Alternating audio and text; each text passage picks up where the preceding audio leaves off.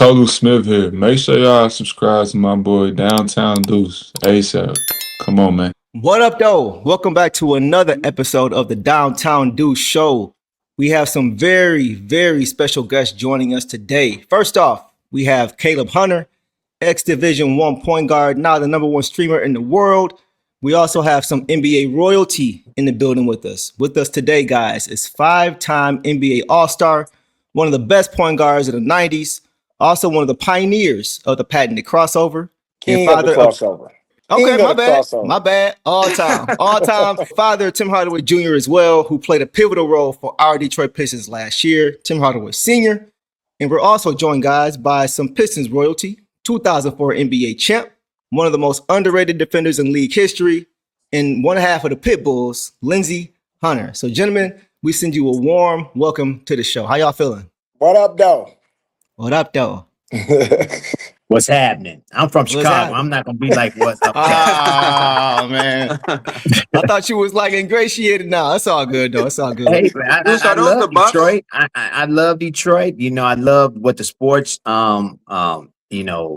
division is doing all across the board. I think it's well deserved that the people here in Detroit is back to prominence, especially in football.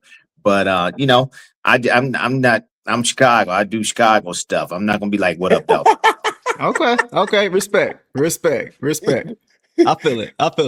So listen, guys, first things first, man. The Crossover Podcast, right? Let's talk this new podcast that you guys have just recently launched. Fill me in, guys, on how you actually linked up, came up with the idea for the show, and then actually created that podcast. Go ahead, Lance. Okay. Yeah, well, it started, I think it was kind of Tim's pushing it.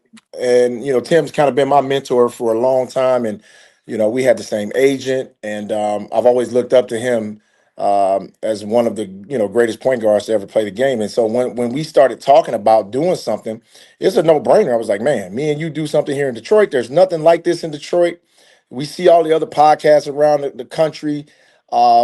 And we wanted to take it to another level as far as, being real about it. We don't want to just have we don't be shock jocks. We don't want to have that reputation. And that's what you see now. Some of the stuff you hear people saying is outlandish. And I think they just do that, just to get likes, just to get notoriety. Yeah. We want to be real about it. We're going to have fun, but we still want to be real about it. And because I feel like we're purists of the game. Right.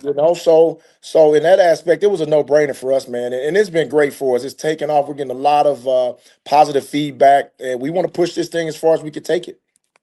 Absolutely, man, for sure. So look, guys, we'll have some visuals and links toward the end of the show to make it really easy for you guys to stay tapped in.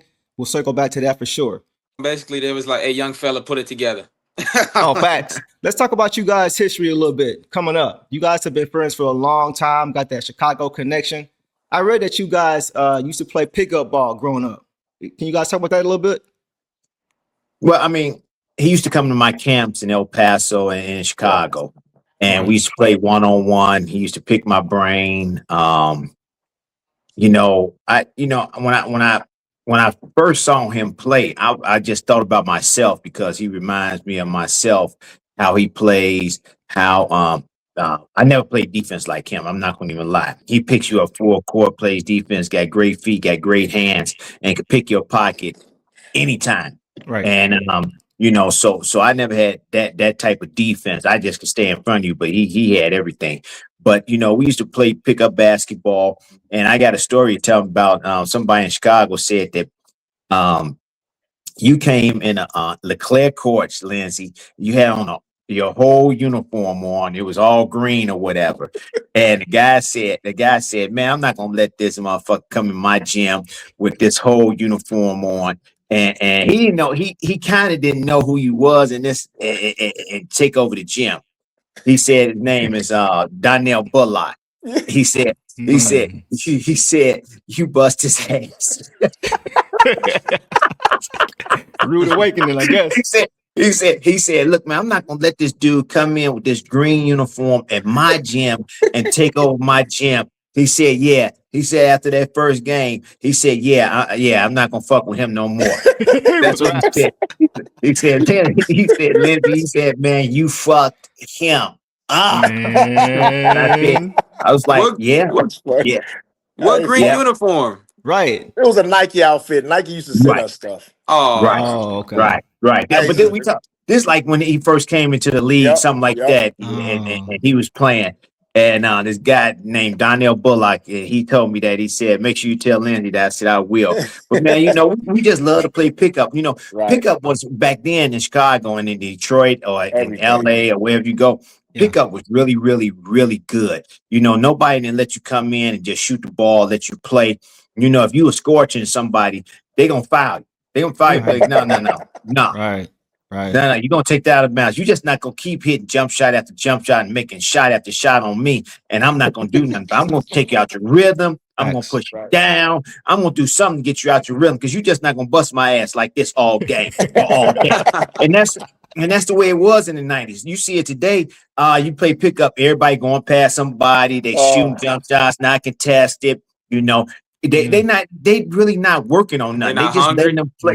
You know what they doing? They really just getting the workout in and just running up and down. I said, why don't you go ahead and run some 10s or go out on the track and do some hundreds or something like Facts. that. But Hey, yeah, Deuce. but no, we used to play one-on-one. Yeah. And when I say play one-on-one, you really had to come at me and beat me. It wasn't no easy win. I'm gonna foul you. I'm gonna push you. You can't call these easy fouls or these hard fouls either. You got to call the obvious fouls. Yeah. You wasn't gonna get it. One-on-one was like real serious, and we took it real serious. So that's pickup games back then was fierce, man, and we loved it. Hey, Yeah. Deuce, one story. I was at Tim's camp in El Paso, and this one guy, he working the camp, and he was just talking crazy. He's like, Tim, I can beat you. Tim was like, yo, man, stop it. So we sitting there. He kept talking the whole camp. Man, you can't handle me one-on-one. So finally, after camp, Tim got mad. Was like, check up. Bro, I'm in sitting front there, of right? everybody? Huh? In front of everybody? It was just us there because we was hooping. Oh, okay. It was after we finished. Tim was like, check up. 10 zip. He was like, now shut up and don't ever ask me to play again. I had to let him know just that one time. That's all it I took. was like, I told my dad, I was like, Tim's different, Dad. Like, he different. Let me tell. I'll tell quick. You get these guys that think they can play against NBA basketball players until they really see what we can do. We out there playing. They thinking that we just messing around with each other, but no, we out there playing. Right. But when they step on the court and they trying to do what the other guys doing, and they not that sharp, or their skills are not like our skills in the NBA, they like, well, damn, this is a different type of brand of basketball. This is totally different than what y'all what we think that we can do, or what we think that we're doing out here on this court. Okay. Y'all playing different type of brand of basketball. Yeah, it's levels to it. Unc Tim, I never told you this story. I tell it to everybody, Deuce. So growing up, my dad, we hit the gym every single day. We work out every single day. So we were in this one gym. It was another trainer. He was watching my dad work me out, and he was like, hey, Lindsey, you owe me a one-on-one, man. I think I can beat you in one-on-one. And I'm a kid. So I'm like, Dad, what are you going to do? Like, I'm looking like, dang, Dad, what you going to do? Yeah. So he said, hey, K, go to the side. Uh-oh. They checked up, man. All I could say, I thought it was a Mortal Kombat fight, bro. He swung through the man's hand, almost broke his fingers. The man's nose was bloody. I'm like, Dad, you just beat him up. That wasn't even no basketball. And we do that too. When somebody talking smack, we beat them up mentally and physically. And a lot of people, you start talking. I mean, like our lather gets to going, our energy and we just turn into another person when you start talking that shit.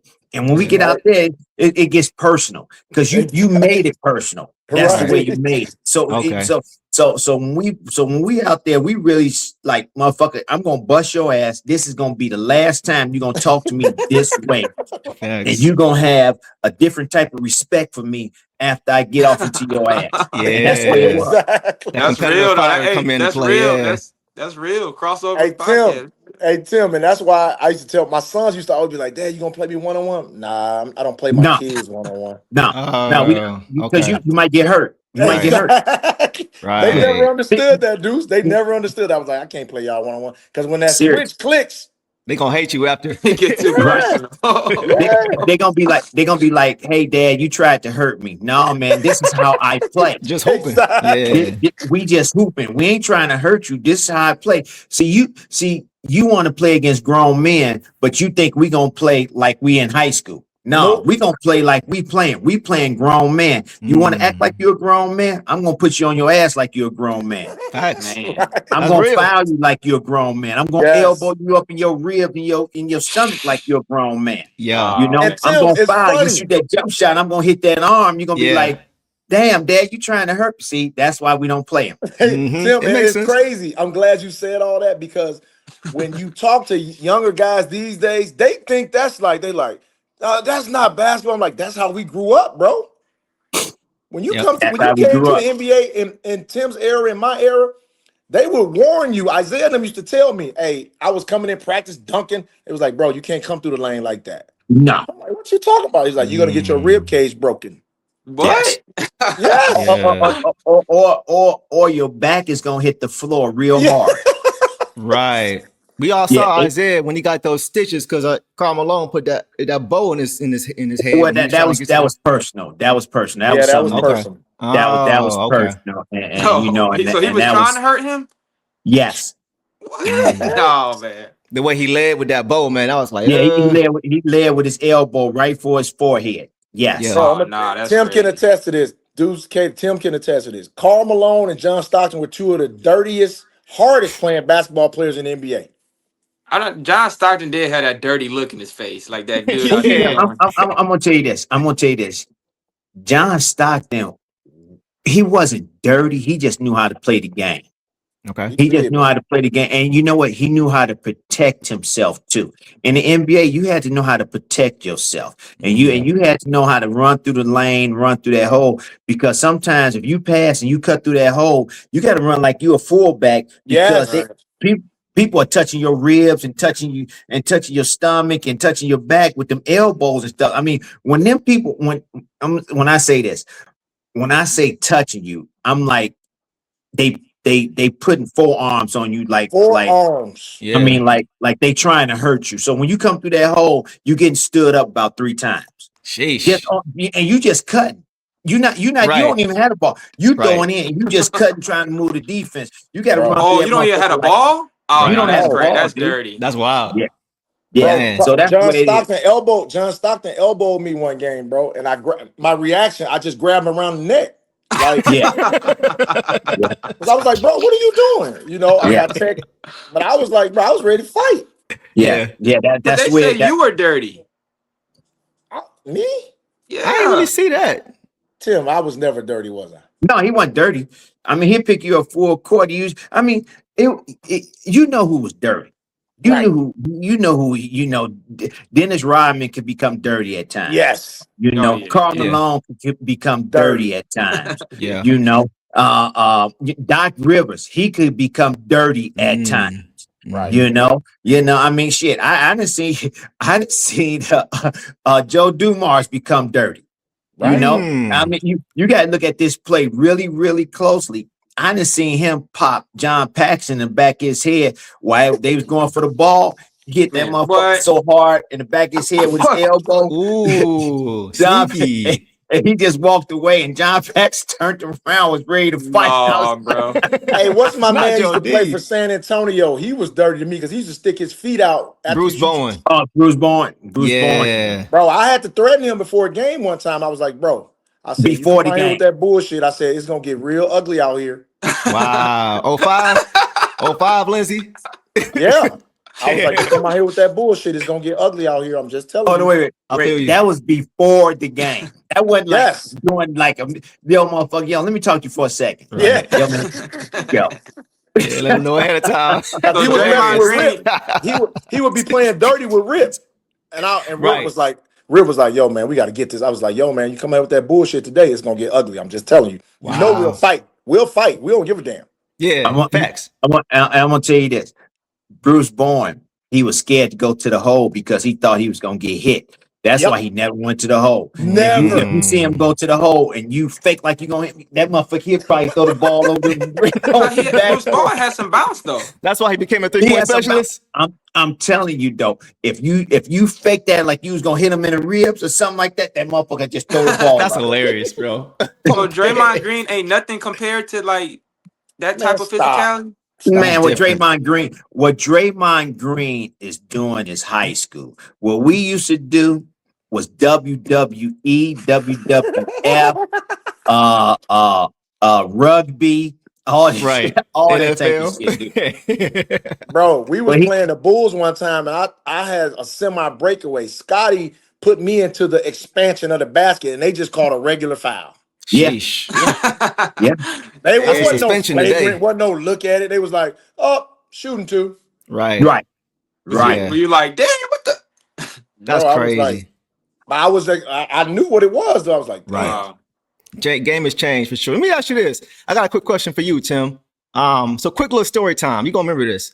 Back in the 90s, for those who remember, every year MTV hosted a celebrity basketball game called Rock and Jock. See, you already know where I'm going with this. Yeah. You already know where I'm going. So look, guys, before the Celebrity All-Star game, it was Rock and Jock. It was where all the celebrities would come and the biggest names in basketball, they come and they play in this game. The Violators and the Bricklayers. It was people from like Will Smith, Leo DiCaprio, Jaleel White, Shaq, Cage. Everybody was there, right? And then you have halftime performances like Boyz II Men, Tretch, Aaliyah, right? All these different, yeah, for sure, bro. So like the thing that made it cool though about this game, and Tim, you can correct me. I think it was a period of like 2 minutes at the end of every quarter where they would drop down this 25-foot basket and they drop down this 50-foot basket up from the Raptors. And you could, if you can get it up there and put it in the hoop, you get 25 and 50 points for each game. So the funny thing is, Tim, you were part of those games too, bro. You were part of Team Bricklayers, but you were also one of the very few to ever knock down that 50-point shot. I remember one time you got into the paint. I watched it live. You got into the paint, looked over your shoulder a few times, and just threw it up there. And you was like, you said you were thinking about going for a layup, ended up going for that 50 ball. So like, what was that like being in that game? Do you remember that shot? Oh yeah. Yeah. I played in that game 2 or 3 times. Yeah. And in a timeout, we needed a 50-point shot or 50-pointer to go in. And I was like, yo, I'm going to cross. I forget the actor name. I said, I'm going to cross him over and I'm going to go up and I'm going to make this 50-foot shot. And I got in there, I shot a runner. And Queen Latifah and all them, they was laughing at me. They like, yeah, right, whatever. I said, no, I'm gonna make the shot because at this point in time, everybody came up short. I mean, it was way up there, man. It was 50 feet high. It was 50 feet. Yeah, bro. And we was practicing, and everybody thought they was going in. And I was one of the first people that made it just practicing. And I got in there. I said, I'm gonna make the shot, man. And I got in there and I made the shot and we won the game. Wow. Oh, wow. That was first. I was the first person that made that shot. I remember watching that too. It was Michael Rappaport. Oh, wow. Yeah. He was talking all kind of smack and he didn't really have a lot of game, I don't think either, did he? He had 0 game. What year was that? Man, that was like or something? 95, 90, in the 90s, something like that. But Yeah. it was in LA. And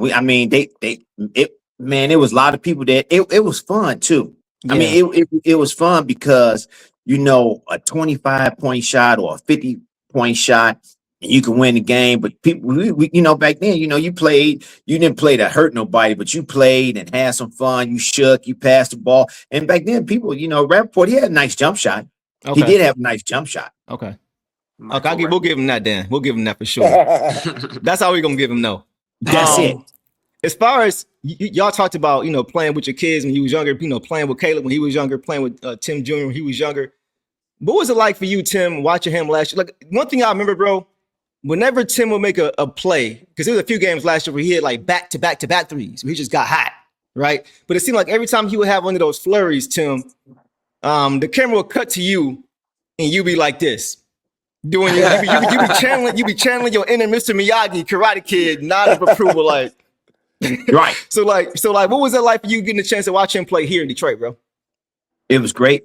Him being in Detroit, I'm watching him every game.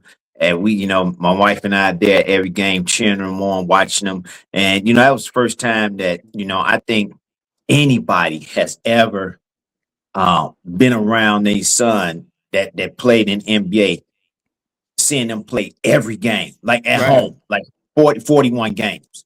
I saw him play 41 games here in person. I never seen him play more than, 15 games in person while he's on another team. But it was just, man, it was just a blessing. And we just had so much fun. And a lot of people say, you don't show no emotion. Well, that's my son. I know what he can do. I know what he's capable of doing. So why do I need to show emotion of, jumping up and down, pumping my fist and acting all crazy and stuff? That's just not me.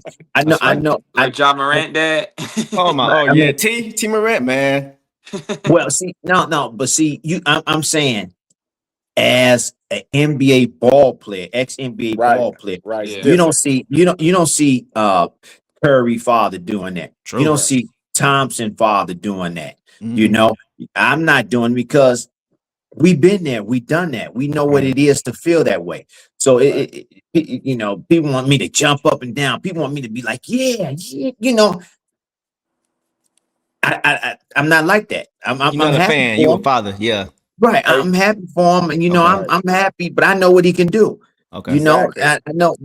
After the game, we go somewhere. I might be like, we might talk and be like, yeah, man, you was out there busting their ass. Yeah, that's what I'm talking about. Stuff like that. But yeah. And that's real, Deuce. And I remember Caleb, when I got to coach Caleb as a freshman in college. Right. And his first collegiate game was against his division NAIA school, and they had a bunch of older players. They were a good team, and we were losing at halftime. And I come into halftime, and my focus all was on him. Yeah. I went off.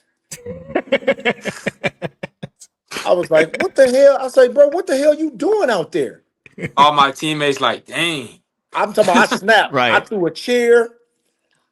I was like, I said, I fucking raised you for this shit. That father came out for real.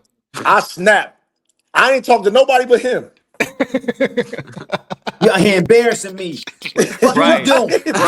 Right. Get your shit together. Right.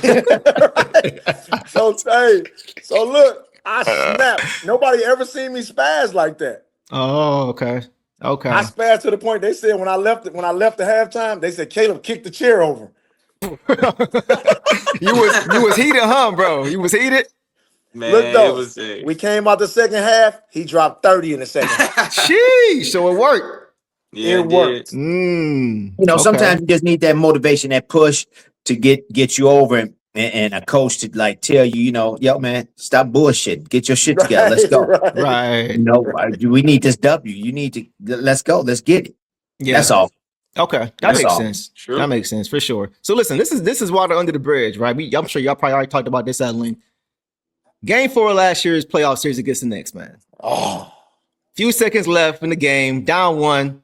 Tim Jaws contact on the 3 ball, no call. The NBA refs came out after the game and said it should have been a foul called on Josh Hart. If they call that foul, it's 2-2 headed back to MSG. Totally different series. So talk to me, y'all. What was your initial reaction when that call was missed? And how do you think the series played out? Tim, before you say something, let me say something. Get in there. Okay. The NBA has always cheated the Pistons. Facts. Detroit versus everybody, baby. Y'all know what it hate is. us, bro. They hate us. They hate the chip on our shoulder. They hate the way we. They just be cheating us, bro. It's been that way. Tim dead over there. I'm telling you, when they did it, I said, bro, they're not giving us that. I said, they never give us the benefit of the doubt. And it may stem back from the Dennis Rodman days to the Rasheed Wallace days. All that history, they hate us for that, bro. They found Tim Jr. blatantly. Yeah, it was obvious. I believe sports betting has no, they got nothing to do with betting. They don't like Detroit, bro. It's been that way for years, man. Deuce will tell you, Tim. I'm telling you, that's what it was. When it happened, I was like, they're not gonna give it to us, bro. They not. I was watching some on Isaiah Thomas. He said the same thing. He said the league don't like them, like the Detroit Pistons. I tell you this. All right. And I told my son, I said, anything close against the New York Knicks, you're not going to get. I Right. said Dang. that's the NBA's baby. Right. That's the NBA. Yes. That's and anything close, you're not going to get. You got to go out there and take it. If Stu was playing, if Stu never got hurt, they would have beat the Knicks and went to the next series. Yep. Point blank, period. I You know, agree. you can say whatever you want to say. No, it wouldn't have been that. Yes, it would have been that case. He would have neutralized the middle. He would have made some key shots, Yes. made some key putbacks, but they would have been scared to come in the paint because they knew that they was gonna get a hard foul, a hard Yes. playoff foul, and that's Right. the only thing that they was missing. And you know, and a lot of calls went against the Pistons because of the New York Knicks. Yep. Point blank, you I know, agree. and for that referee to miss that and to be as arrogant as he is, and you know, and missing it, and you know that's not right. That's not right. It wasn't Tony Brothers, was it? Oh no, it Because wasn't Tony he's Brothers. garbage. Scott Foster. It Tony wasn't Scott Brothers is Foster. garbage. It's not Scott Foster. Scott was Scott Foster. I forget his name, but yeah, he Man. that was bad. That was bad. Man. Yeah. Sports betting, bro. You going back to it too. I mean, it's Something we didn't definitely a know thing. about it. It's definitely a thing now, especially with all these players getting in trouble where they are now. Man. But look though, man, like let's talk about the Pistons now, man. They hooping this year. 19-5, 2 games ahead of the Knicks in second place, 13-game winning streak with the injuries. I'll come to you first, Lindsey. What do the early returns look like for you when it comes to the Pistons so far and how they perform so far? What you think? Man, well, we're seeing them gel faster than I thought they would. I thought it would take a little more time with the new additions to get acclimated to how everybody plays. But they've managed to like gel faster, and with the kid Jenkins coming in and being playing as well as he's playing, it's forced a lot of people to really pick their play up because this kid wants to be in the NBA forever. Yes. You can tell by the way he plays. Yeah. But Cade's leadership, I think, has evolved a lot. And I think everybody's really following him and respecting the fact that they know, hey, this is our guy. This is our guy. I personally have him top 3 in the league for MVP consideration. I think it's Shea Gildress, I think it's Joker, and I think it's Cade. Those are my 3 guys. I ain't mad at that. So I think they're gonna go as far as Cade can lift them, but the supporting cast, I think they're coming along the right way to kind of push them to being one of the next level teams. Right. And we're deep now. We're really deep as of right now. What you think, Tim? Okay.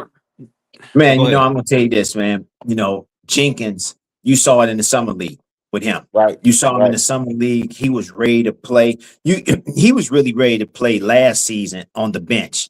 Yep. When he got his time, you know, garbage time, you could tell that he was ready to play. He understood what needed to be done last season. And then during the summer, it just evolved. Everything was about him, his energy, how he going to control the tempo of the game, how he's going to help his teammates out and winning and giving them confidence, go out there and win. And it started last year in summer league in Las Vegas. But you know, and I always say this: when you have 2 guys on your team, and Jalen Duren and Thompson, that argue right before a timeout, and they settle their argument, and they come out and they play together, and they play as a team, and understood what needed to be done out there, and can take the criticism or can take what he's telling you as a teammate, and y'all sell it right then and then, y'all go back out there and play. I think that helped that team to evolve. That helped that team to understand, yo, we got good things ahead of us, and they playing hard. That's the first thing. You got to play hard, Right. and they playing hard on defense, and they, you know, they have cut down on their turnovers a lot. Yes. And they put Cade in position like OKC has put Shea Gilgeous-Alexander in position to score, you know, 15 to 17 foot away from the basket, catching in 3-point ready situation, 1 or 2 dribbles here and there, making a play. Right. Can't nobody stop him in this league. You Right. know, and you know, and I say this, I don't care what nobody say. It's Shea Gilgeous-Alexander, it's Luka, it's Cade, and then it's Joker. Joker. You know, but Mhm. you know, the only and I think that the only reason why they gonna have Luka win if he stays healthy and if he plays 65 games, Right. you know, they gonna have him win the MVP this year because he should have won at least 1 year last 3 years. I mean, the way he's been playing and how he's been playing. Tim, But, you're right. He's been hooping, but to me, I'm a little biased because he don't even try on defense, bro. Well, But how bad was it yesterday? Oh, it was super bad. Oh It was my super God. bad. Oh, against He- he- Antonio? Yeah. Yeah, he you know what? He reverted back to shouting to the referees again.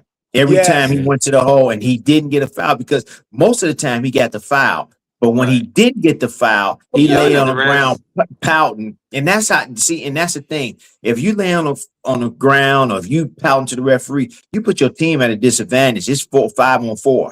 And you still running with them. You like really Luke is like, fuck my team. That's Yeah. I'm selfish, gonna bro. try to get to That's a the good I'm point. gonna try to get to the referee and tell him, you know, what he's doing wrong and this and that. But if you do that 5 times a game, you down 15 points. Yeah. And that's what happened that's last true. night. Very true. Them young boys from Selfish. San Antonio was going at his neck. They were Mhm. going at Bassel? him and Austin Reeves' neck last night. I'm like, Yep. that's why they will not win a championship right there. Right. And San Antonio didn't have Wemby last night. Right. No, they still play, you know, they still playing hard, man. I mean, without Wemby, that coach, kudos to that coach. Doing a agree. That great coach job. got them play because I saw him in Denver right after the next day after Thanksgiving, and they look, you know, and I'm gonna tell you this, Fox has them looking really, really good. Mhm. Fox Yeah, has he them playing does. really, really good, man. And yeah, that's what they need. They need a point guard that Yep. knows how to run a team, that knows how to get people involved, that knows how to run a play. And let's get in this play and let's run it right. And on Tim, defense, and you're they so playing right. hard on defense, man. Yeah. You're so right because I was watching them last night and things kind of. I think LA cut it to like 10, and then Fox went on like a 3-minute tear where he was just breaking the defense down, kicking Yeah. it to the open Getting guy. assists. Yep. Yeah. He was. They couldn't stop him. Like, They and you couldn't know, stop him. Fox is already fast. Yes. When you got Luca or AR in front of him, that's like a green light. Yeah. Yeah. Yeah. He was blowing by them like I was like, yo, they not winning nothing because And if they can't guard San Antonio, they definitely can't guard OKC No. Oh no. Oh, Or no. Houston. No. Or Denver. or Denver. Yeah. And I'm gonna tell you this: without Wemby, I wish Wemby was playing, but without Wemby, that's still gonna be a good game. OKC versus San Antonio. Yeah. Yeah. That's gonna be a Yeah. damn Yeah, good San game, Antonio man. ain't no joke, bro. They play San hard. Antonio ain't no joke, man. They play hard, and they Yes. play just like OKC. They're gonna Yep. defend you. They're gonna be up in your ass. They're gonna be in your face. They play hard, man. I can't wait to see them on Saturday. Hey, and watching Castle and Dylan Harper Oh. next to Harper, nice. Fox, Man. Oh, yeah. dude, Harper, they look yeah. good. Yeah. And they learned it from Fox. Yes. You know what? Harper doesn't look like a rookie. No, He looks like a veteran already. How he Yes, he plays, does. how he goes about it, real slow, real methodical, and he just plays his game. I mean, he Yep. looked really, really good. He reminds me of Cade a little bit with his temperament. And that's why I like Cade so much. It's because like y'all mentioned like Luka, you know, one way. Like Cade plays both sides of the ball, man. He old school. exactly. He don't be flopping. You know what I'm saying? He just play. He gets to the mid range like you were saying, Tim. Like he just plays an old school style of play. That's why I like him so much as that franchise player, bro. He's a full-time And- hooper, bro. Yep. And Cade will go get your shit too. Yeah, he will. Facts. He chase you down. You ain't lying. Yes. So listen, guys, let's talk. Let's go back into time a little bit again. Let's go to 04, Lindsey. I'm gonna actually go to February 19th, 2004. See if you remember that date. That was the day the Pistons acquired Rasheed Wallace in that trade, hours before the deadline. And it's funny because initially you were part of that trade going to Boston, but once they didn't retain you, you came right back here less than a week later. Did you have a hunch that you might be back after that trade went down? Did you have an idea you was coming right back? Bro, you know nothing in the NBA is done without planning. Facts. That's a fact. That was a done deal from the beginning. Everybody knew what it was. Okay. Okay. But the good thing about it, the Pistons, they allowed me to double dip that year. So they bought my contract out, then they gave me a new one. So I double dipped. Ooh, you weren't mad at all. They're like, go ahead, That move was a me real great quick. deal. That was a Wait, great you were about deal. to go to Boston? No, so they had to trade me to Boston. Boston was buying me out, and then Uh, Pistons were re-signing me. Right. oh, that's a But good for deal. us, That's for we you. like, That's, why we letting go of Lindsey? Like, what we doing? You know No, what I'm it saying? was But then, yeah. No, that they would had be to make the something. contract work.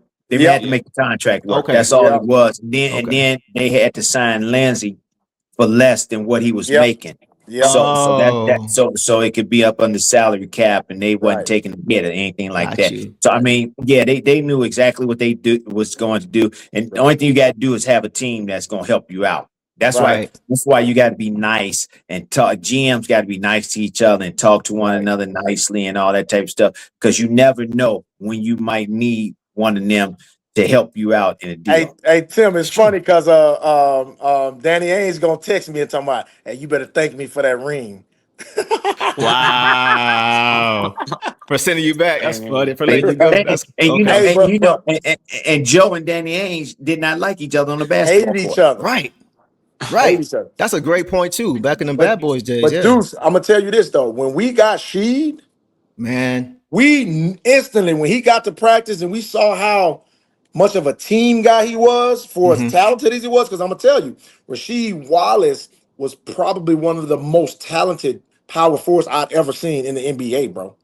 He just Really? wasn't one of the guys. He didn't care about I'm gonna go get my 20 and 10. He just want to win. Right. Oh, that's rare to find. Right. Yeah, And because I watched him in practice destroy people. I was like, yo, this dude is. I said, dude, he better. He probably like Tim Duncan level. yeah. Is he You better know, than Anthony Davis? Yes. Yes. Talent wise, yes. Yes. But he didn't care about his stats like that. He just wanted to win. No, you're right. You're right, bro. Because like you hear guys like KG, C-Web, Healthy McDice, Dirt, they all say the guy that gave him the most problems during that time was Sheed, because he was Bro, a stretch. He could shoot the ball too. We were in the conference finals, and Sheed is, me and she were like this. Like we sat next to each other on the bus, on the plane, everywhere. Yeah. She was in the game say, hey, yo, Lynn, left hand hook across the lane. This is in the conference finals against Indiana. I'm screaming. That's tough. And look, and Larry Brown is pissed. He's like, he's fucking out here playing around. We're trying to get to the championship. Yo, she was like that, but he drove Larry crazy, bro. Oh, Bro, but man. everything he said he was gonna do, he was did out it. there doing it. Turn That's around off the wild. glass. I'm gonna tell you this: if you get with a coach, right, and you know some things, and as talented as you are, you know some things that you could, just fuck with the coach. Yeah. Rasheed was fucking with the coach. He did that on purpose. He did that on purpose. He said, yeah, I'm going left hand across and a jump hook. And Larry Brown, he did that on purpose because he was like, look at Larry. He about to lose his fucking head. Yeah. But That's you why gotta I live with couldn't- it. You gotta live with it because he's so talented on the court, right? Bro, it's not like it was a he better bullshit make shot. it. He No, was he better making make them. Yeah. If he don't make them, then but he's not gonna do it if he know he can't make it. Exactly. Okay. Because How I'm do gonna you tell you coach this: when that? we were playing in the finals, and somebody did something. He got in a little skirmish with one of the players on the Lakers, and anytime she got mad, all plays were off. We're running drop four. Bro, he scored about 14 straight. Mhm. Oh yeah. I remember that. And I'm talking He like about that. every shot was different. Turnaround He was like jumper, that. up and under, middle hook, and 1-3 ball, lob. He was Yeah. like I that. don't Like, yo. remember seeing him He was move like like that. this. Yeah. He We was went like to the that. sideline. We were like this. We was like, yo, that's a bad motherfucker right there. Yeah. Yeah, I he bad. remember that. He bad. Now Man. when he really wanted to play, you could not stick him. Can't Right. stop him, bro. Right. His turnaround jumper was so ridiculously high, like nobody could get to it. Yeah. He was just, him and Derek Coleman was the same. If Derek Coleman got Yes. mad, Derek Coleman will destroy you. And then Okay. he'll simmer back down and he'll be like, okay. Put him in check real quick. You know what's crazy? I think I remember that game, Lindsey. Was that I think his name was Medvedenko. Slava Medvedenko. He put Medvedenko. an elbow in his back or something. She turned around real quick, and after that, he went on because Medvedenko was guarding him straight up for whatever reason. I don't know why. And every time she scored, he run by Phil Jackson and said, "Get this white boy off me."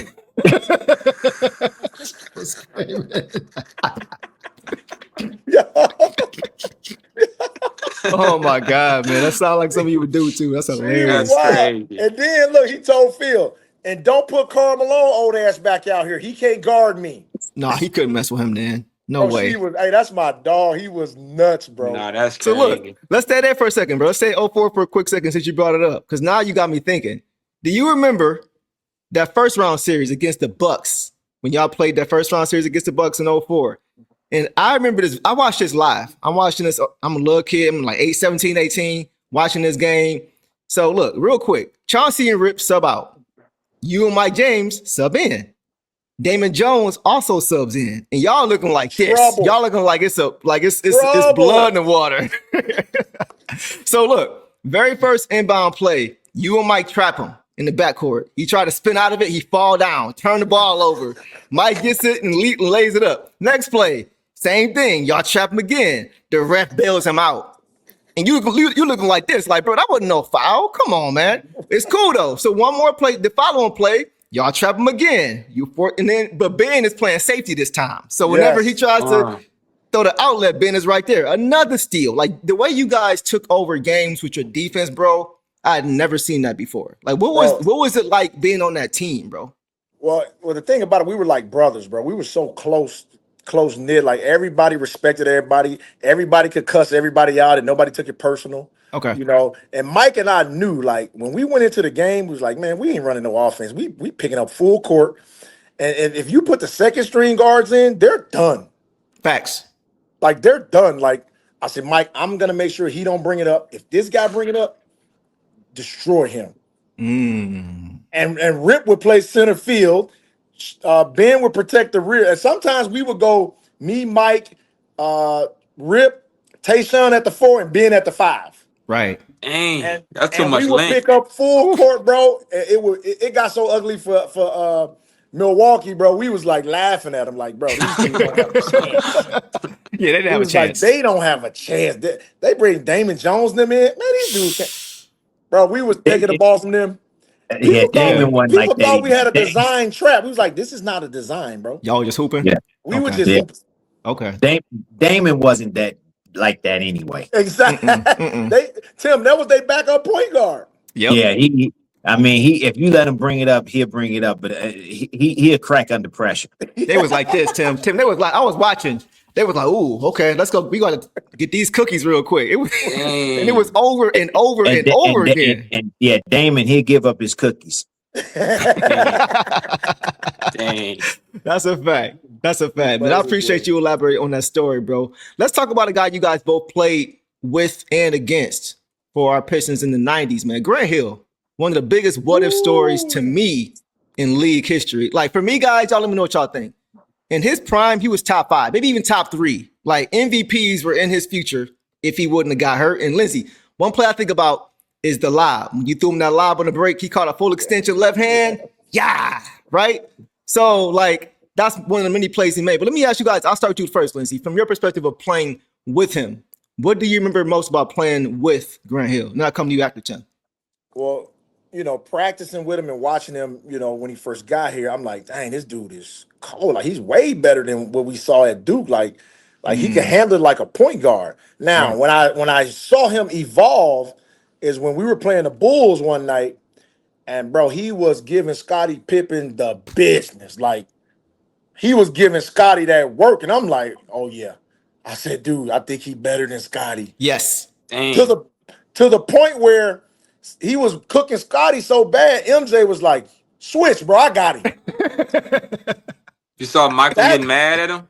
Yeah. That's what I him knew. over bad. I was like, no, he's one of them guys, bro. Yeah. Like, he was one of them that he was next in line, like, I think, to be one of the premier wing players after Jordan left. It would have been him. Yeah, I agree with you, bro. For me. Go ahead. And he did it on both ends of the floor. Like, Grant guarded, facilitated, scored. Yeah. And no, he didn't shoot the 3-ball. He was a mid-range guy into the rim. Right. But he was nasty, bro. One of the Yeah. best I'd ever seen. One of the best wing players by far I've ever seen. Facts. Caleb, look that up, bro. You look up Grant Hill crossover on Scottie Pippen. It was ugly, bro. He's still looking for them ankles. Yeah. He's still looking for him. But yeah. So like for me, like Scottie, like for me during that time, it was as far as wings, it was Grant and it was Penny. And then of course Jordan. But it was those two guys were like the next up. Unfortunately, injuries got to him. But let me ask you on your side, Tim, because you played against him, man. One of the many plays that stands out for me was that scuffle between him and Zoe. When Zoe gave him that hard screen. Yeah, Grant but he didn't like it. Zoe like a monster. And then he slammed Zoe to the floor and they got up and started John. And next play down, they had Dan Molly trying to guard him. Got to the hoop. Yeah, M1. So what was it like from your perspective, Tim, playing against him at that time? The reason why Grant Hill was mad because Zoe used to throw his shit out of his. He used to throw his shit up out of there and tell him you ain't shit and this ain't you and all this and all this is the big boy shit and all this. He was always mad. So when he finally get that dunk, that's why he was like, yeah.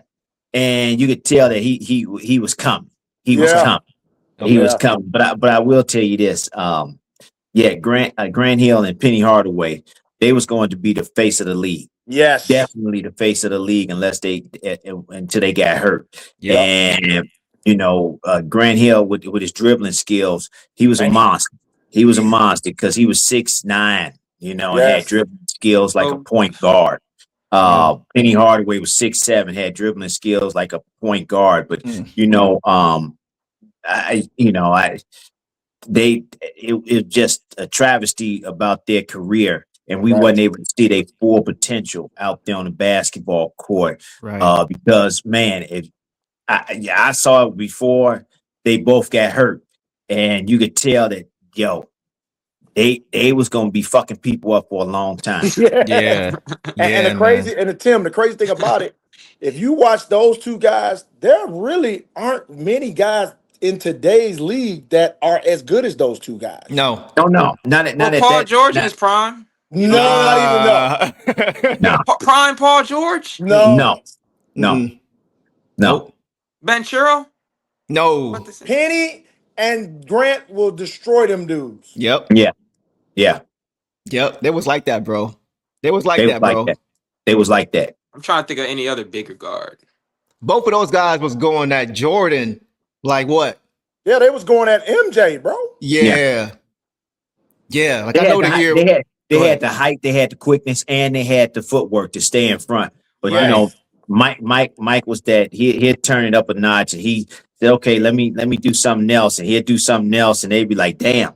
Right. He switched up on us. He did something else. Yeah, MJ was that. LeBron James. They not touching no LeBron James. Yes. Nah. I mean, Let's they up there. Let's hold our they horses up there. now. They up there.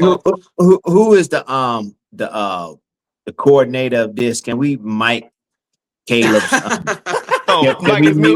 we mute him? Around the horn style, just put him on mute. Yeah, just mute him. Caleb. Oh man. Grant Hill and Penny were more skilled than LeBron. And I'm not just saying that for shock value. That's facts. Just mute me, Deuce. I'm gonna keep going. I gotta keep defend going? LeBron James. I gotta defend LeBron James. Listen, man, y'all might not like this either, but like I have a boat and I have a GOAT. To me, my GOAT is Jordan. My boat, which is I think the best of all time. If I'm picking one guy for a team, I'm taking LeBron. He can play 5 different positions, all that. But I think the greatest player of ever all time is MJ. What's up? See, I have to straighten young guys out with this too. Come on. You're saying he can play 5 positions. Yes. What does that mean? That means he's versatile. He ain't guarding big fella. He ain't guarding Joker. Okay. Who else though? Because it's a small ball game now. It ain't like how it was back when I used to watch. I understand that he ain't guard. They talking about he can play 5. No, he can't play 5 positions. Well, anybody can play 5 positions, but to be effective, Magic Johnson played center and got 45, 12, and 15 and 10. Yeah. And won a chip as a rookie. Right. Similar Bron build. ain't doing that, bro. Bron more athletic. And You know what I'm saying? I'm saying so. If Magic could do it in spots, I think LeBron could do it in spots. so That's let's all just I'm say saying. in spots. So I'm not saying he playing 5 positions. Let's Okay, kill that. okay. That's fair. That's fair. That's He fair. ain't and first of all, he ain't guard no 2 guards because JJ Barrera and the Jet destroyed him Here in the we finals. go. So he ain't guarding those little guys. You know what? I'll give you that one. I can't even So- defend that. I can't defend that one. I will So- say this so- though. Oh, go ahead, Tim. Go ahead. I'll let you go first. So you saying that LeBron was better than Kobe? I would take him over Kobe. In their primes, I would take him over Kobe for sure. Yeah, I would take him over Kobe. I would. I understand. Me too. Man. I would. I think once again, I think Kobe had that killer mentality that you just can't teach. But I think once again, like if you got a guy who can do multiple, Kobe's a better scorer. Kobe's probably a better defender in his prime.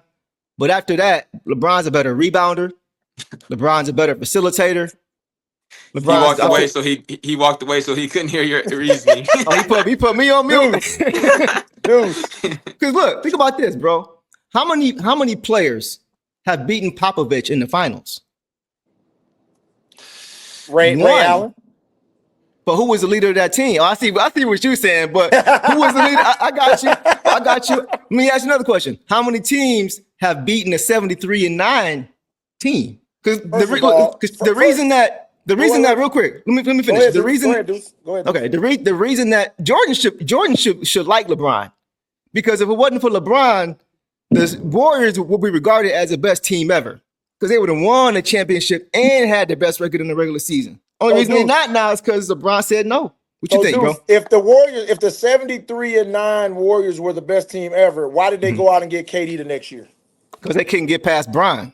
So they weren't the best team ever then. Right, because Bron said no. It's kind of like does Charles Barkley deserve Bron a didn't championship? say Does no, Karl man. Malone deserve a championship? Maybe, but Jordan said no. You know what I'm saying? So Bron said but no. here's the thing. Steph got just as many chips as Bron in his era. With KD though. You can't say that, huh? He needed KD to go get him though. You Ooh, see what I'm saying? Okay, I'm glad you said that, Deuce, because Okay. I was waiting. I wanted you to say that so we can Okay. flip this. So who Okay. did Bron need? Bron has had an assemble of the damn super friends on his team to help him win chips. Okay, but check this out. How many times have those other guys won Finals MVP other than Bron? It don't matter how many times they won it. He needed them to help him win it. But everybody needs somebody to help them win it. Kyrie. When True. hey, let me help y'all. Let's fact check this. Okay. When Jordan won his last championship, how many points did Scottie Pippen average? His last one was like Yep. 14 16, points? 17, something Not like that. even 16, no. It was Was he at 14 14? points, man. I don't even think it's 14 because his back was hurt, remember? In 98? Yes. Okay. I'll give you that. Scottie did barely anything. Offensively, okay, I'll give you. Defensively, he was always His trapping back up, right? was hurt. He couldn't move. Oh, okay. 98. Okay. I'll give you that. I'm just saying. I love Bron. Steph needed KD to win those. And Bron let's go. Bron needed D Wade, Bosh. Okay. He needed Kyrie. But who was he playing against, bro? Nobody had beaten the Spurs ever in the finals. Nobody had beaten them. The Knicks couldn't beat them. Dude. The Nets couldn't beat them. The Spurs We couldn't have beat them. Y'all should have. Y'all Have the Spurs low key went back to probably back? should have Did won. the Spurs ever go back to back? They didn't. 03, 05, 07, and 14. Well, let me say this: the Nets played against the Lakers twice. They never played against the Spurs. Right. They played against Spurs. They lost in 6 Nine to in the Spurs. championship. Nine in Yeah. championship. They played against the Lakers back to back. No, because David Robinson got his last ring when they beat the Nets. No, the Nets only went twice. Yeah, they lost to the Lakers and They they lost to lost the to the Lakers. No, they lost to the Lakers twice. I thought they lost to the Lakers. No, they lost- 03. you're right, 03. you're right, Deuce. They lost to the Spurs You're right, in 03. Deuce. Nets They did. But think about this. The Nets weren't really like. They weren't. You right. right. I'll give you that. All right. I'll give you that. He got swept. I'll give you that for sure. You can't tell me when the Miami Heat went to the finals against the Mavericks, they were favored to win. I'll give you that. I can't even argue that one. I can't. I ain't even gonna try. He wasn't ready yet. I'm gonna tell What do you you this. mean he wasn't ready yet? What No, do you I'm saying mean? up here. I'm saying he wasn't. Otherwise, he would have won. Is what Okay. I'm saying. Like he would have Okay, won. You know what I'm saying? Didn't he go with the Cleveland Cavaliers Yes. too? And they lost. They got murdered. swept. Swept. Oh, no, 07? Man, who was on that team, bro? There It we Name me go. doesn't 3 matter. people on that Cleveland Cavaliers team. He had We talking two about All-Stars on that team. LeBron Who? getting to the finals. We talking Okay. about LeBron getting to the finals and losing. Okay. And he had help to win. Okay. He had help to win. You can't win by yourself, though, man. Deuce, Like when you got let's compare- Timmy, And you got I'm gonna tell you this, and I'm Ginobili, gonna you tell you got this. I'm gonna Tony tell you this. Parker. And I'm gonna tell you this. Nobody can win by themselves. Right. That's what. But you always saying he had bums on his team. And you know who he went to because he knew he couldn't make the last shot. Kawhi Irving. I mean, Kyrie Irving. Kawhi Irving. I ain't mad at that. Kyrie Yeah. Irving. He said, no, the easiest way for us to win is I give it to Kyrie Irving. And that's how they won the game. But I think that's a good thing, though, ain't it? Because it's like No, not saying it's a that's a bad great thing, thing. But It's a great thing. But Deuce, don't act like It was him. Yeah. It just act like it was him. It was I'm never just saying him. he was the most responsible. That's why he won the Finals MVP. You know what I'm saying? If Kyrie was that guy, he would have won the Finals MVP. He should have won it. He I'm had not his gonna lie. moments where he went crazy, but over Deuce, the duration of the series, we're not going to say who should have won Finals MVP because they gave it to Iguodala over Steph one year when Steph that was terrible, averaging bro. 27, 6 I agree with you. Yeah, there's no way Steph shouldn't have got that MVP. So okay, I'll give you that. I'll give you So that. there you go. NBA players who And actually LeBron did don't it. have a kill. And LeBron don't have a killer instinct Deuce, to go out there Not like and them. win games. I Not agree. like Deuce. MJ or Kobe Bryant. I Kobe agree. Bryant was like, no, I'm gonna go out here. Let's talk about Kobe's 2 championships that he won without Shaq. Okay. Do you think those teams were comparable to the teams Bron had? Okay, so let's go through But it. Paul Kobe Gasol Bryant, and Derek Fisher, Paul Gasol, Lamar Odom, going against who though? Dwight Howard. But they had a squad. They had Turkoglu. They had Jameer Nell. But how many of those guys is All Stars? So how many guys were All-Stars on that Dallas Maverick team with Dirk? Nobody. And that's why I'm saying, look, listen. You're right. Listen, that's why I'm saying Brian, he whipped the bed. I ain't even fighting you on that one. I'm just saying you gotta look at who they played too. And it Kobe was a monster. it wasn't even Dirk that killed him. It was JJ Barrera and Jay Terry? And Jay Jason Terry. Yeah, I can be Dude, real. they was killing LeBron. They were killing LeBron during that era. I remember that. I was like, and then the last one that they lost to against the Spurs, they made LeBron quit. The Spurs did. Come on, man. You know D Wade was hurt. You know D Wade's knee was effed up in that series, man. He couldn't move. Yeah, he couldn't move, but they made LeBron just quit. He's like, I can't do it. I just can't do it. Motherfucker, you there? You got a team that won the year before, so you can help win the fucking game. But San Antonio did that to everybody. They beat everybody except LeBron and the Heat. That's all I'm saying. It's give him credit for the one because that's the only blemish on their finals record. Bro, he had 3 All-Stars. They lost They had before 4. and they won the second time. Right. They had 4 though. They had Tim Duncan. They had Kawhi Leonard, a young sprite Kawhi Leonard. Yeah, they had Tony Parker and they had Ginobili. Kawhi wasn't an They had them the year before too. Right. And they went half and half. Oh, and I'm gonna tell you this. Go ahead. I think Greg Popovich gave him that because he took Tim Duncan out the game. Come on, man. He did take Tim out the game and allowed Bosh to get that offensive rebound and kick it out to Man, I can't Ray roll Allen. with that, So man. if we're gonna talk about Stop it. All-Stars, they had Okay. Ray Allen. He wasn't an All-Star no more. If we gonna say Kawhi Kawhi wasn't wasn't yet, an All-Star. okay, let's take them both out then. Okay. Let's take them both out. All right. We'll take them So both you're out. you're taking Ginobili and Parker over Bosh and D Wade. But Duncan, them That's guys not who have my been there question. forever. I said, are you they've been taking there for Bosh? okay? Are you taking Bosh Uh-huh. and D Wade, or you're taking Ginobili and Parker? Who you? As That's no brainer. As players, you're right. But it is something to be said for having played together for a long time and knowing what it's like to have been there. I understand that, but you know, Bosh and D Wade way better than them guys. as players, yeah, you're right. As players, but it's the puzzle gotta fit. It's gotta fit, and they had just gotten together. They just gotten together like a year before. MJ, that's the difference in MJ. See, the puzzle, he made the puzzle fit. Man, Man, what? Okay, I'll say this. I'll tell you. This is what I'll say. You got to look at who they played to. I'm not taking nothing away from MJ. Listen, I'm just saying that we gonna look at it. We got to look at it, right?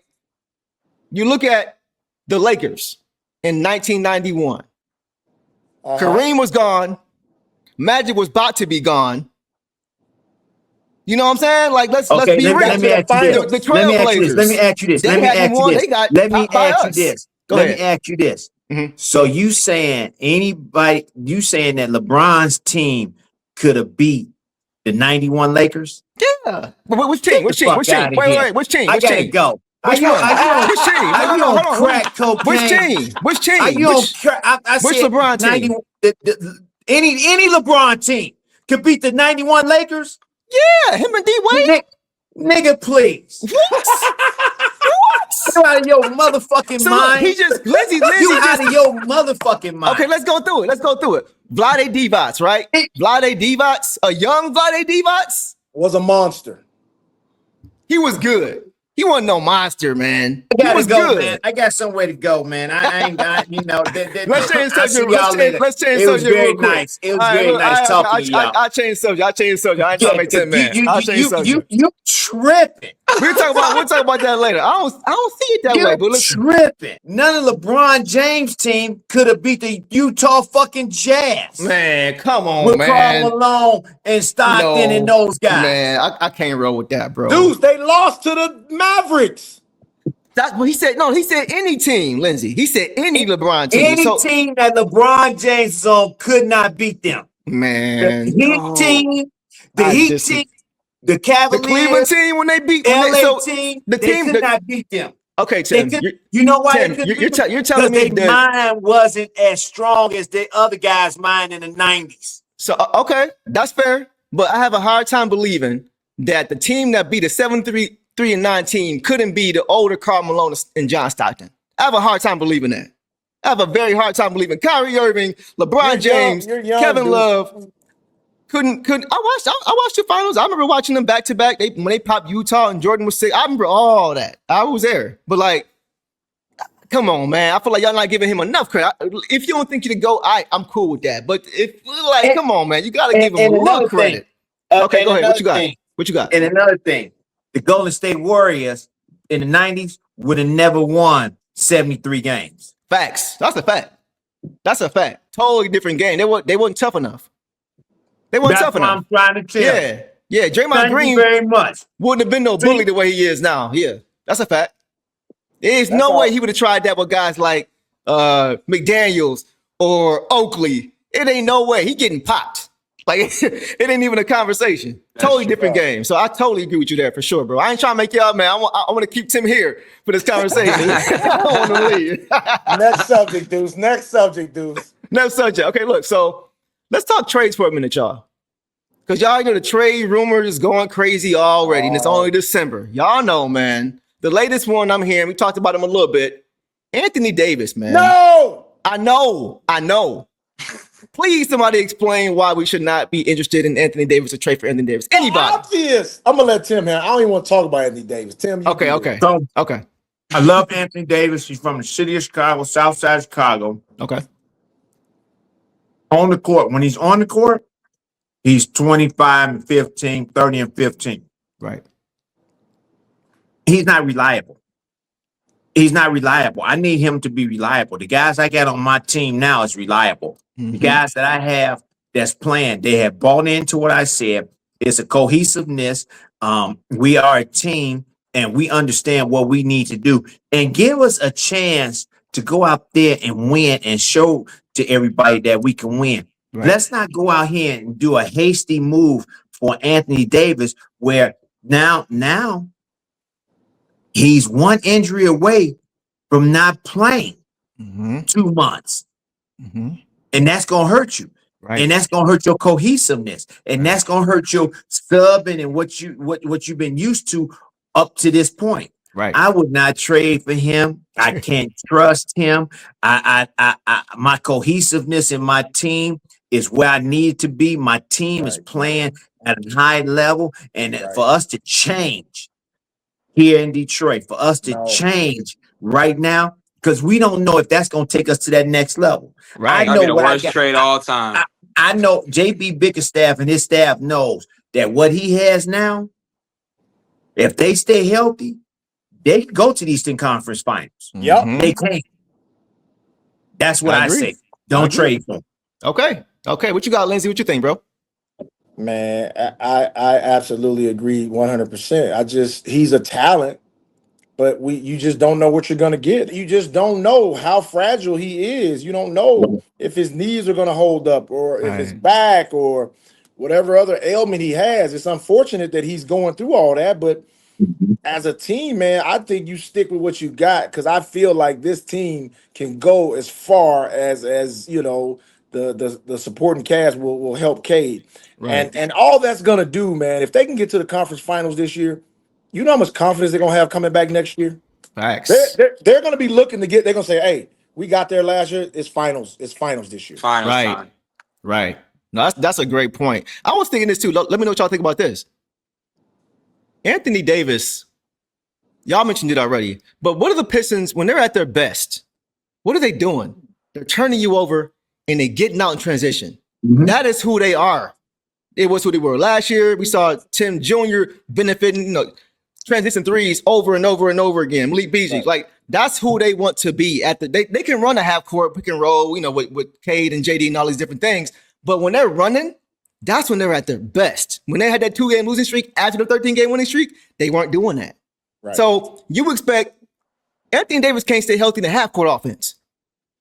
You expect him to come here and be doing all this? No. There's no way. I can see him on a break, game 4 or 5, and pulling his hammy, and then he got to be out 6 weeks. He don't fit this team and how we want to play. It don't even make sense to me. Am I wrong? No, you're absolutely right. He doesn't fit this team. And I know Trajan Langdon was with him in New Orleans. He knows a lot about him. Right. I just I believe that he's thinking, look, we can't behind closed doors. He's telling the owner, if he wants him, no, we can't do that. Right. We can't do that. I know him, no, we can't do that. What we got now, if you get Anthony Davis, you're gonna go backwards. Right. That's what I say. And Deuce, we're gonna have Trajan agreed to come on our show, so we're gonna have Trajan on. Dope. We're gonna get to talk about some of those things, but okay, for sure. I think Tim is absolutely right. Trajan was with him in New Orleans, and he kind of knows him. And watching him now, and I think he's kind of aged out of a trade with a younger group of guys. That's a great point. That's a really good point. Yeah. So everybody, because y'all know Twitter be going crazy, Pistons Nation's going crazy. They see this name, and on paper they think, oh, we just can take us to the next level. It don't fit. Nah, it don't fit. And like you said, Deuce, you one hamstring away from. And hamstrings, calf. You talking about 4 to 6 weeks. Right. That's a good point. That in the playoffs, you're not playing. You're not playing. Right. And you can't miss games in the playoffs. You're trying to advance. I need for you to play in the playoffs. Right. And I think that people should wait until he gets in the playoffs, or if they can get in the playoffs with them. I don't think they will be able to, but get in the playoffs and see what he can do. I want to see him play back-to-backs in a meaningful game.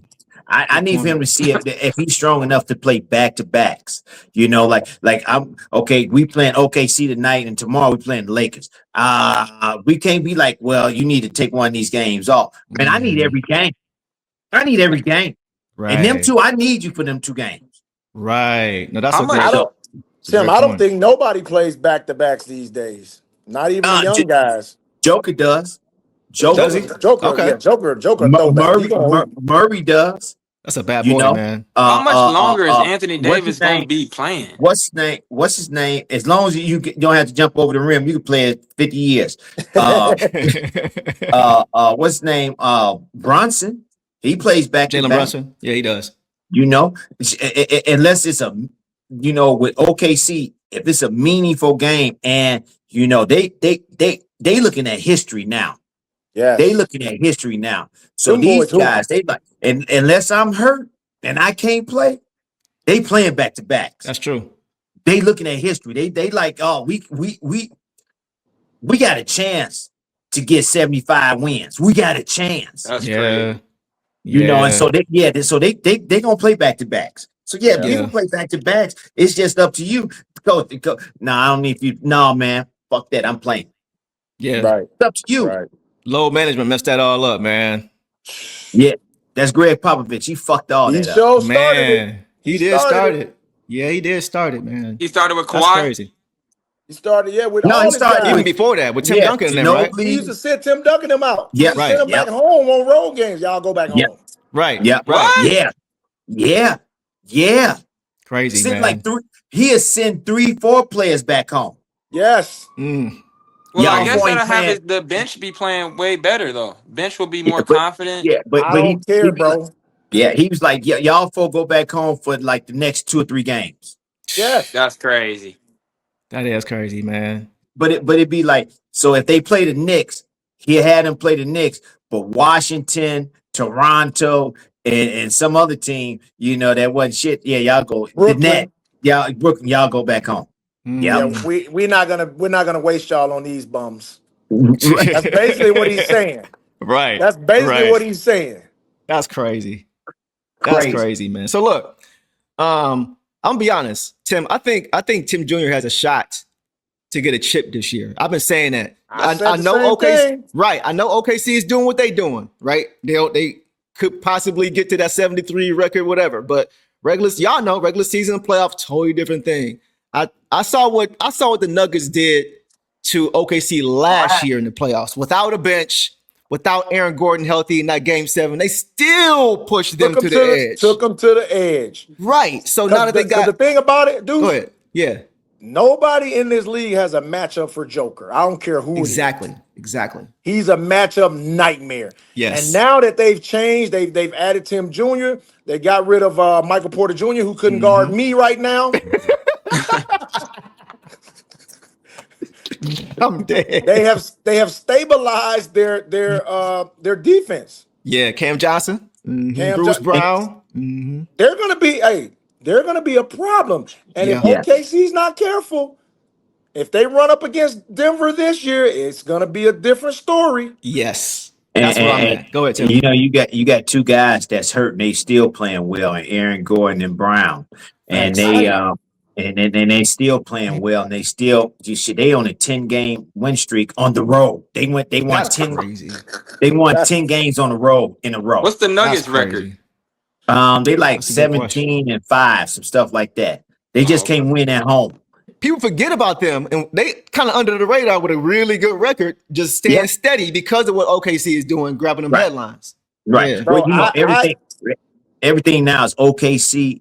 And what the Lakers doing, you know, you really in San Antonio, people not really talk because of Wemby not playing. A lot of people not talking about San Antonio. A lot of people not talking about Denver because you know they disinterested in them. But them teams just keep creeping up, just like San Antonio Spurs. They used to win championships, and people forgot about them. Mm-hmm. Yep. And they just stay right there. They'd be like 55-15. And people be like, damn. Where they get and then next thing you know, they're in the playoffs and everybody like, damn, oh shit, we missed all this? Yeah, because y'all was paying attention to the Lakers, y'all was paying attention to these motherfuckers out east and this and that. So man, that's what them teams are doing. And Tim, you know, he's steadily off the bench. Cam is figuring it out. He's figuring it out. And you can tell that each game he's getting better and better and better, and that's all. And they you could tell that their team has been talking to him like, don't worry about it. It took us like what's his name? Gordon? Gordon. It took him a minute to get acclimated to their offense and Joker. It took him about a half season, but once he got acclimated, he understood what needs to be done. That's what Cam gonna do. Bro, and I'm telling you, go ahead, Lindsey. And I'm telling you, I love watching Denver play. I think it's so underrated watching how Joker plays. He reminds me He reminds me of a giant, a bigger version of Larry Bird. That's who he reminds me of. And watching this dude he does stuff out on the court sometimes I think people don't even understand. Yes. He made a pass to the corner one night. I was like, bro, did you see what he just did? And then he got the 3 ball, then he gets physical, he posts up. He does whatever the game tells him to do. Right. Dude, I heard somebody say he was top 5 of all time. They put him in the all-time list. I think when it's all said and done, if he plays long enough, get a couple more chips, maybe. Man, I'm gonna tell somebody you said this: right now. the way he plays. You know, Elvin Hayes played the same way. Elvin Hayes wasn't a jumping person. Elvin Hayes was methodical, take you off the dribble, lay you up, fake left hand, right hand, jump hook, this and that. So, you know, you got greats like that he's comparable to, and that you know, Jack Sigma. You know, he was a bad man too. You know, it was Larry Bird. You know, he was a bad man. You know, Kevin McHale. You know, it's a lot of guys that didn't play above the rim, but knew how to play, and that's the way Joker plays. He just know how to play. He know how to pass. He know where to. His basketball IQ is ridiculous. They run a great offense. He set great screens. He got great hands. He had great footwork. You know, he got great eyes. He can see everything. Great awareness. Great shape too. Yeah, he's always in shape. But you know, and I want to tell you this, man. It seemed like his body seemed like how he walked, like he just don't give a fuck. He just But I mean, but he out there, man. I saw him against LA Clippers, and I was like, damn, y'all really not gonna double this man, huh? That's when he got 50. 55. Killing Zubac. 55. Oh my Murdering God. Zubac. And then Ty Lue was like, yeah, we didn't want to give him everything. He still had 18 rebounds or 15 rebounds and like 8 assists. So what are you talking about? That's insane, man. Yeah, he's so underrated to me. I know he gets credit, but still, I love watching him play. Absolutely. Yeah. Them as a team. Yeah, fun to watch. Go ahead, Tim. But before we go, man, because I got to get up out of here. But before we go, I want to say something about this Sherrone Moore thing. Oh man, I just want to say one thing, man. You know, we in a great predicament, in a great situation. And you got these kids believing in you, and you are on a pedestal with these kids, and you go out here and you have a family, and you go out here and do this. That's just, a shot in these kids' faces, or their demeanor and their confidence in people like us, that they look up to us. And we got to stop hurting these kids. We got to stop, letting these kids down. And I think he let a lot of kids down that looked up to him. Not only his family, but he let about 53 people down, 55 people down that really believed in him, and his word was God to them. Yeah. And I always tell people, you got to learn from other people's mistakes. Udoka, the head coach at Michigan State, Mel Tucker. You come on, man. When are we going to understand that you can't mess with people in the office, your staff, your organization? You got, if you're gonna do something, go outside of that and do something outside of your organization, man. Right. And because the only thing you're doing, you're gonna mess yourself up. You're going to mess the institution up, or the organization that you work with up, and you're going to mess up your family. Right. I mean, we should learn from this. We as people, I'm not talking about black, brown. I'm talking about everybody. Facts. I think we all should learn from this. And if you haven't learned from them other two, you got to learn from this. He had the world in his hands in Michigan. Yeah. You're right. And your career might might be over. Might be There's raps. no might. It is. I think it's raps. Yeah. Yeah. Be And responsible. the more power you have, the more you feel like you're invincible, and that's what a lot of guys fall into. That's true too. And you just think about what his wife is going through when she just had a new baby Oof. Oh, this man. summer. Oof. And this past summer, and it's just mind-boggling to me why he would fuck a good thing up. I think when people see Donald Trump sleeping with prostitutes, I think everybody think it's all right. Oh man. Bro, we could be on here for the next hour and a half talking about that, bro. Oh my Lord. And now the bad thing is they like we was in a great situation. What the hell we gonna do? And A if lot I of was kids them, might look to transfer. but my thing is, why do you want to transfer? They know the next coach know what he has, Right. and the only thing you got to do is just ball and play. But they're gonna So have to. But You Tim, think they they're want to be gonna have to attached bring. to that narrative though? Do you want Yeah, to be they're attached to gonna have that? to bring a. They're gonna have to bring a guy in with a name like a John Gruden or somebody with a name that can That's what they say. override all this negativity. Okay. Right. Kind of wash it away a little bit and get the focus back on football. But Okay. the good thing is they not on probation. Right. They can still go if they have a good coach come in and these guys stick with it and stick with him. They can still be in the college playoffs and they can still go to a bowl. Gotcha. So that's still on their side. They got to understand that we're not on probation. Right. Okay. This is something else, but we're not on probation. Not attached to. Okay. Well, that's a great point you made. So I'm glad you brought that up, bro. We talked about that a little bit earlier, so I'm glad you mentioned that. Last thing, I'm gonna let y'all all go. On a serious note, a little bit over a week ago, tragedy struck. Former NBA center spent some time here in Detroit. The great Elden Campbell suddenly and tragically passed away at 57. Man, Lindsey, you played with him here in Detroit. Was a huge part of that championship run in 2004. We know Garden Shack straight up, just like Ben did when he was in the game.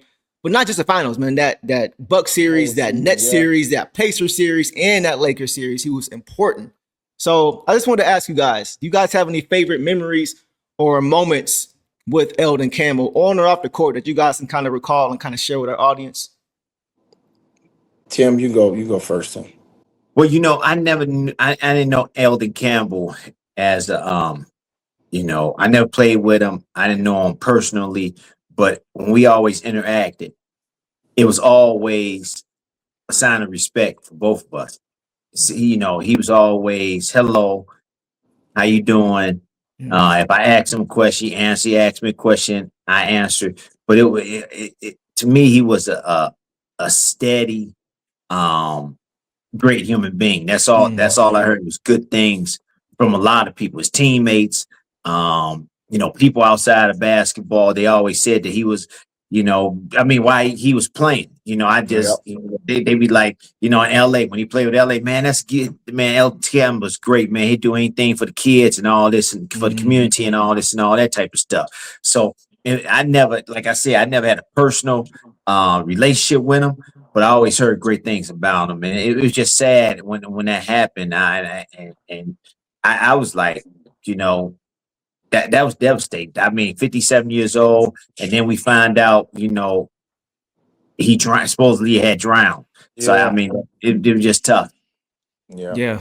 And Big E was my guy, man. It's funny because I just spoke to him like a week and a half prior to this happening. We had just talked on the phone. Wow. Yeah, because we all keep in contact with one another. We all talk. We all, the 04 team, we're close. We're all really close. Yeah. And so we had just talked. We were just catching up, talking about family, how everybody was doing. And one particular story that stands out to me about Elden is before the finals started, we were all in the steam rooms. Me, Elden, Ben, Rasheed, I think somebody else. We were in the steam room talking about the series before, and we were kind of going down the lineup like, other than Shaq and Kobe, we're better than them in every other position. Right. Facts. That's what we were saying. And so, and this was amongst ourselves, and we were like, we should really sweep these guys. That's what we were saying. And Elden was like, dude, we should sweep them. And nobody knew we were having these internal conversations but us. And Right. Elden was like, Elden was reminding us, like, bro, I'm telling y'all. He said, I went to the finals my rookie year. He said, I thought that's what the NBA consisted of. I thought I was going to go to the finals every year. He never got back until 04. Right. He said, so I'm telling y'all, man, don't take this for granted, bro. You don't know. You may never get back here.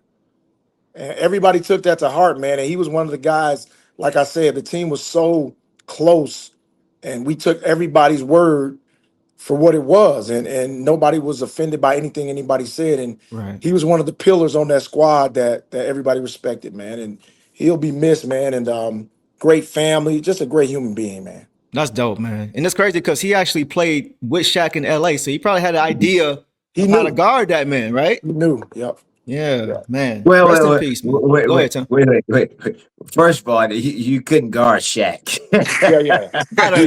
He had an idea, but nobody could guard Shaq. That's why I said idea. You had to contain him, Right. and I think that the Pistons and with Ben Wallace and his energy level that he played against Shaq, I don't think Shaq energy level in his whole career could have been like Ben Wallace energy level that one series. Right. Okay. And what people didn't understand, we knew like we couldn't stop Shaq and Kobe. We didn't really care.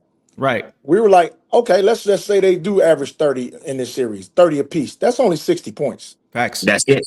We ain't letting these other dudes get nothing. Yes. Right. So it's just some stuff y'all was living with, like because you're gonna have to live with that. Yeah. That's why we double, we act like we were gonna double a lot. We crowded, but we weren't trying to give up all them other shots to these other guys. When they subbed out, they got tired.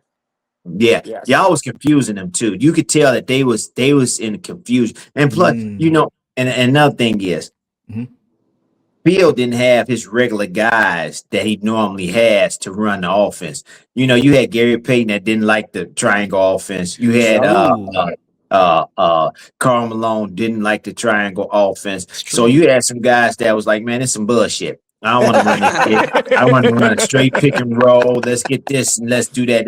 And Phil was like, no. We're gonna run this triangle offense. And like I said, some things ain't for everybody because it's like when a kid is always saying, no, I can't do this. I can't do this. And you like, yes, you can. Yes, you can. It's already in his mind. I can't do this. You just got to try to change it. And it's hard changing that. That's the way Gary and Malone was. They was like, man, I'm not running this shit, and I don't like running it, and I don't want to run it. Okay. And they had a problem with doing that. But but in that series, you could really tell that they wasn't in sync at all. Right. Yep. I mean, I can't blame them. Why are you trying to run a triangle when you got all that star power? But they got to the finals like that. Yes. Yeah. Right. But they did, but they never played against a team like us who could. Right. We're gonna take all these, we're gonna take these three guys out of your offense, and the only thing you're gonna be able to do is go Kobe and Shaq. Right. And to your point, Tim, like Peyton, Malone, they weren't really moldable at that point. They were at the end of their careers. Right. So they were used to playing that way for years. They was like, nah, that does make sense. Okay. Good point. Well, listen, guys, this has been a great conversation, man. I appreciate y'all taking some time today, man. Make sure you guys go subscribe to the Crossover Podcast featuring Tim Hardaway Sr., Lindsey Hunter, Caleb Hunter, and Montez Allen. If you guys know your NBA history or you want to learn more about your NBA history of the game, you will love this show. That's what makes it unique. We don't have too many shows today that cover the history of the game, not just Detroit basketball, but just NBA in general. And we don't have it from people who actually played at that level. We need more of that. And that's why we are here to make sure these guys get all the credit and flowers they deserve. So with that, guys, we appreciate you guys for tuning in. Appreciate you. Absolutely, bro. Hey, dude. What's up, bro? What's up? Keep up the great work, man. You're doing a great job. Oh, thank you, bro. I really appreciate that, man. I watched y'all growing up, man. So I got to give y'all the respect. That's why I don't push back too hard on arguments, because I know y'all know more than I do. You know what I'm saying? So I got to give y'all credit, y'all flowers. But to our audience, we appreciate you guys, and y'all know the drill, man. Detroit versus everybody. Everybody. Peace. Heart of a champion with a shot like Rip Hamilton. Crossover dismantling. Got a smile for the camera lens. Lindsey Hunter damage him. Bill and Bill with them hands again. Gotta fight to win. Gotta box him.